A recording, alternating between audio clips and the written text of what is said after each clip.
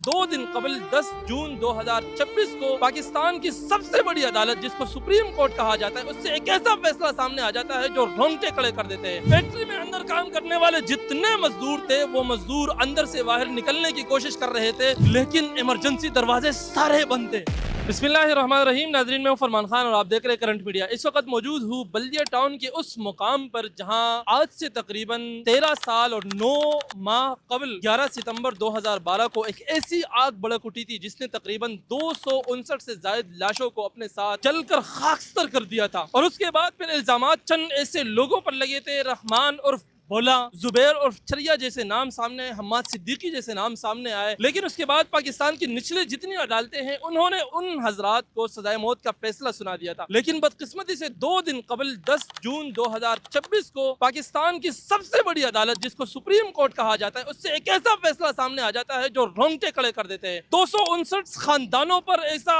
एक कहर आलूद फैसला सामने आता है कि जिससे जो उम्मीदें थी वो जलकर खाकस्तर हो गई, वो उम्मीदें फना हो गई। और वो फैसला इस अंदाज में था कि उन तमाम तर मुल्जिमान को बाइज्जत बरी कर दिया गया। ये एक ऐसा अजीब फैसला था जिसको मैंने सुनकर, बल्कि जितने भी लोग बल्दिया में रहने वाले हैं, जब उन्होंने इस फैसले को सुना तो यकीनन मुझ समेत तमाम हजरात के रोंगटे खड़े हो गए। लेकिन हम क्या कर सकते हैं?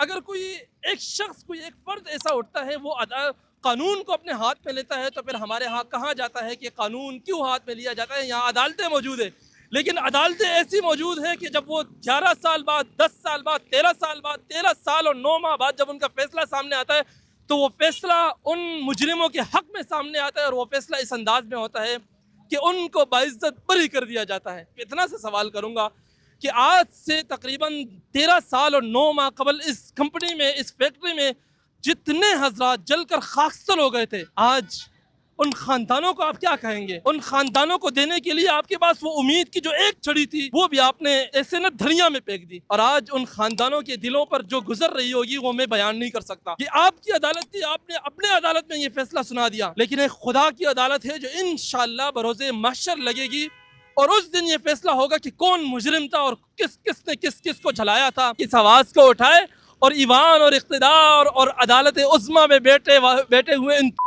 को ये बात पहुंचा दे है, पाकिस्तान की जितनी कौम है उन तमाम की नजरों में आपका ये फैसला सवालिया निशान बन चुका है।